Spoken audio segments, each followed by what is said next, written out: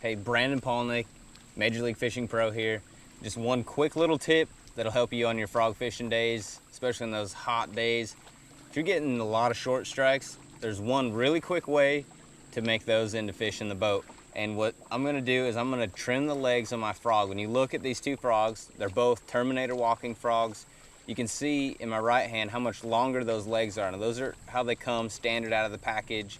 And you look at the one in my left hand, that's one that I've been fishing today. I've cut the legs down, I was getting a few short strikes. And what that does is it does a couple things. One, it shortens up the profile of the frog. So what happens a lot of times is those fish will actually grab the frog by these legs and they'll suck it under. And then it takes them a second and they'll actually suck the whole frog in. Well, when we see that frog disappear as anglers, we instantly jerk, and we jerk that frog right out of the fish's mouth.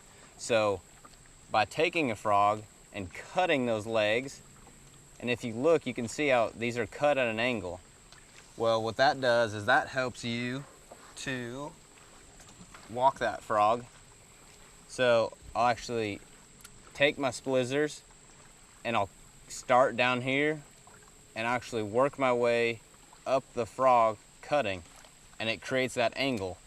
And that's going to help that frog turn side to side, and I'll just cut both sides evenly where the outside of the frog angles up.